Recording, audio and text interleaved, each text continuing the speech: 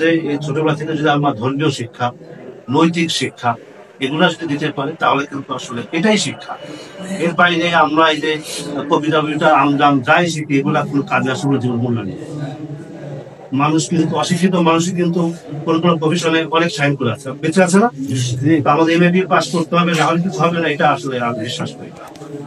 আর minimum এই যে যারা মিনিমাম মানে পড়া লেখা বোঝা এইটুক হলে এবং তার মধ্যে যদি নৈতিক শিক্ষা ধর্মীয় শিক্ষা থাকে তাহলে সে জীবনে কিছু একটা করে যেতে পারে, মানে সৃষ্টিকর্তা যদি সহায় থাকে অনেক কিছু সম্ভব। এই আমাদের এই ফাউন্ডেশনটা আপনারা উদ্যোগ নিয়েছেন, আমি খুশি হয়েছি বিষয়টা দেখে। একই সঙ্গে এই নৈতিক শিক্ষা যেও যারা পায় এই টিচারদের এই বিষয়টা আসলে চলে আমাদের কিনা বাচ্চাদের ছোটবেলা থেকে শেখানোর জন্য পরিষ্কার পরিচ্ছন্নতার কাজে লাগাতে হবে।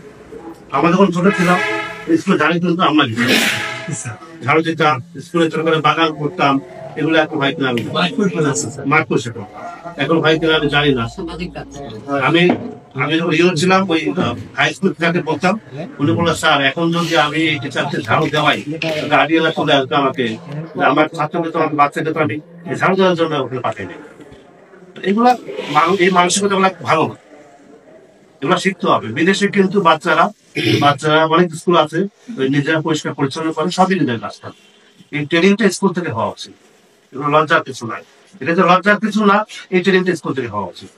তারা বেঞ্চ পরিষ্কার করবে, তারা মাঠ ঝাড়ু দেবে, স্কুল পরিষ্কার করবে, এটা কিছুই না। দল বেঁধে করলে 10 মিনিটের কাজ, কিন্তু ট্রেনিংটা অনেক গুরুত্বপূর্ণ।